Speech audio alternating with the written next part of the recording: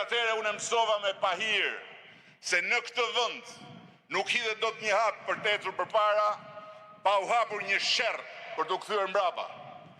Ashtu si kundra ajo rrugë më mësoi se shumica e heshtur është gjithnjë me hapin që hidhet përpara, asnjëherë me sherrin e zhurmshëm për të kthyer mbrapa.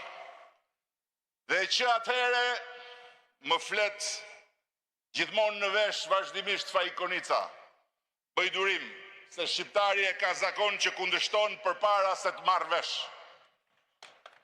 Kur më pas morëm mandatin e asaj shumice për të rilindur Shqipërinë e zhytur në pislëk, në gropa, në borxhe, në cepin e përbuzjes dhe shpërfilljes ndërkombëtare, dy nga vendimet e para që morëm në tryezën e qeverisë tamam në ditën e betimit ishin vendosja e fotografisë së atit Shqipërisë Shtet, Ismail Qemalit, në vend fotografive të presidentëve që ve e vinin, si edhe ndalimi i importit të plerave.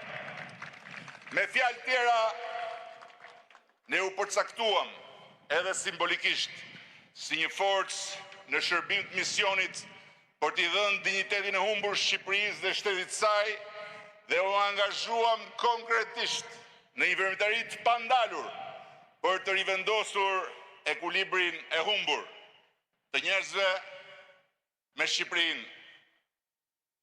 Ndalimin e importit të plerave dhe heqjen e maleve të mbetjeve të grumbulluara kudo ku hidhje syt e pasuan mëtej edhe dy vendime tjera që u kontestuan nga i pakicë e zhurmshme.